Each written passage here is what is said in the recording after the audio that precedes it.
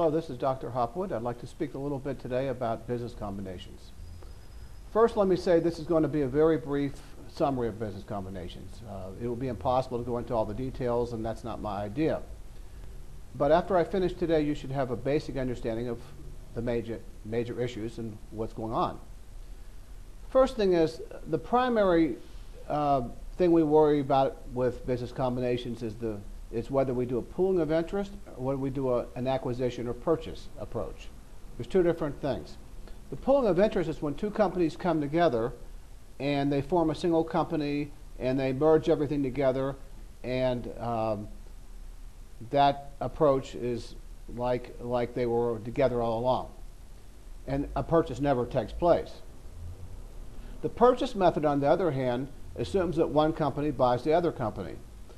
And if the first company pays more for the second company than the value of the net assets of the firm it's buying, then goodwill is acquired. And the purchasing firm ends up with an asset for goodwill on its balance sheet. Now, it used to be that goodwill was amortized, but they stopped that. No more amortization. What you do is you put it on the balance sheet and you write it down if there is an impairment, quote unquote impairment. There's a reason to write it down to a lower value, and the evaluation is done once a year. Now, the pooling of interest method was abandoned or deleted for a long time ago for various reasons. It was kind of popular among some companies, and the reason they liked it because there was no goodwill and there was nothing to write down or amortize. And so that meant higher profits. However, there was a whole long list of rules that had to be met in order to do a pooling of interest, to do that type of accounting. And it was very complicated. It didn't happen maybe more than 10% of the time at the most. And so that was abandoned in the name of consistency, one of the major reasons they did it.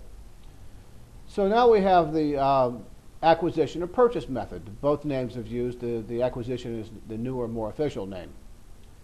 And the way this works is the one company buys the other company. If it pays more than the value of the assets, net value of the assets it's purchasing, then it puts goodwill on its books, and once every year, at least, it has to evaluate that goodwill to see if there's an impairment. An impairment means it's worth less than when you first bought it.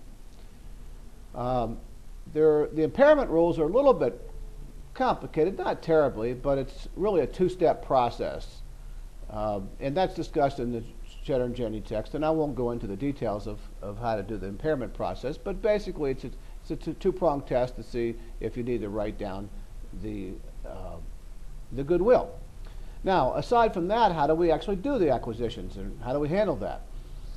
Well, the first thing we have to do is decide whether we consolidate the financial statements or not.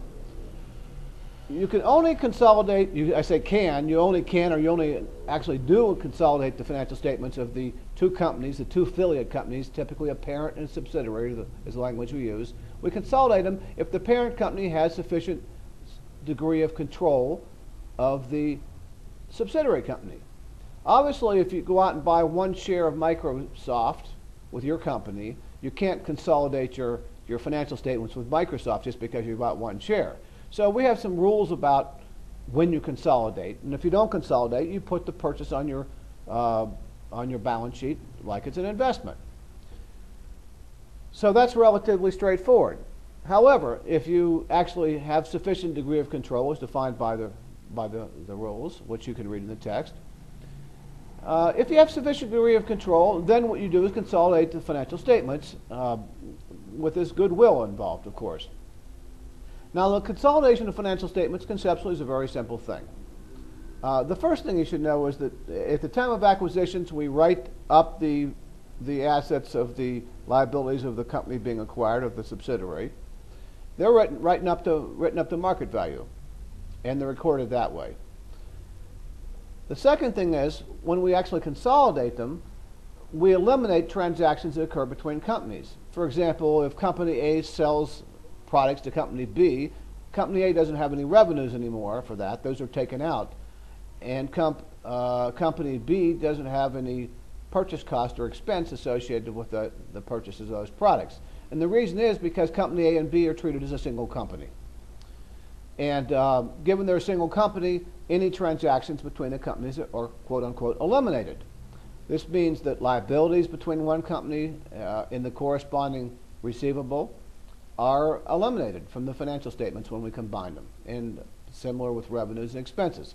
So that's the very basic ideas. Of course, there are some complications to this about relating to how we value the assets and how we value the compensation that's paid to purchase the other company, whether it's paid for with stock or not, and whether the purchasing company ends up with 100% control of the company or less than 100% control of the company. You can ask questions: what happens if you do the acquisition in stages?